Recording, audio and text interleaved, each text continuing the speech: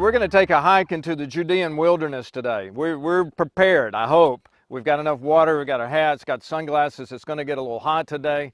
And we're going to take what promises to be a pretty strenuous walk to go up into the wilderness, into the crack of En Gedi. But what's really more exciting about this is we certainly are not the first people to take this hike. For centuries, people have been going to En Gedi. And in the Bible, that includes David, Saul, Jehoshaphat. I mean, all kinds of people went there. And so what we're going to do is take this hike, hope for the best, and see what we can find in the hidden pools of En Gedi. Why did people come here? It's going to be an interesting day. You know, the one thing that's obvious about these springs of En Gedi is that there's water here in the desert. And that's why everybody came here, because water is life, and when you get in the desert, you know, you got to have water. So David's a shepherd who lives in Bethlehem.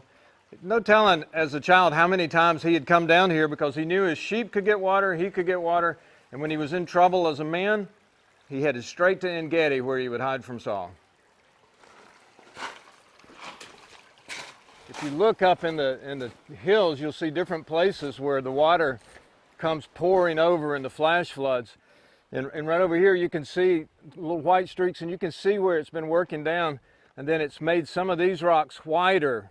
They literally have been water washed, and the water comes right down here. We would never hike here in the rainy season, and we're just in the first few days of spring, but in the rainy season it would be very dangerous to hike in a wadi, and so they not only advise against it, if they can stop you, they won't even let people walk here.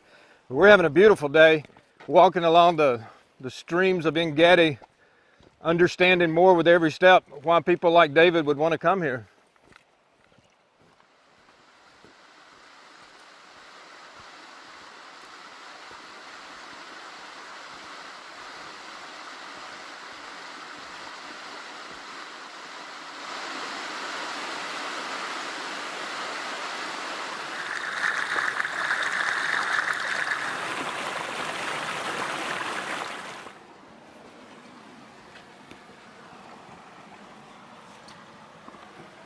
This part of the hike, a little different than I thought.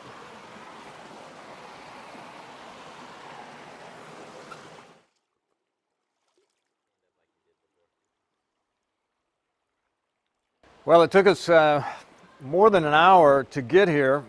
I don't know how far it was, a mile and a half. It was one of the best hikes I think I've ever been on. And when we got here to this, what's called the Hidden Waterfall, not only was the waterfall just gorgeous, we found some other people here. This waterfall has been drawing groups of people for centuries.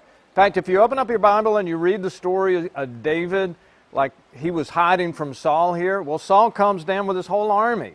Or if you move over to King Jehoshaphat, they hear that an entire army, an enemy army, has gathered at En Gedi, and so they are going to come down here and fight, and they were very afraid, and it was one of those days when God provided the victory. The thing about it is, this water source that's here can provide for a group of people. It can provide for an individual. It can provide for lots of people. It's life in the middle of the desert. And if you scan this whole area, if you do some kind of aerial search of this area, we're talking about maybe 100, 150 miles of raw, hard desert. They call it wilderness. And there's not much water. You got to know where the water is if you're going to stay alive. And En Gedi is one of those places. So when the Bible says that David hid from Saul in En Gedi, or that Jehoshaphat brought his army toward En Gedi because that's where the enemy was, this is what I love about the land of the Bible. It actually gives concrete evidence, in this case water evidence, that those stories would have happened in a place like this.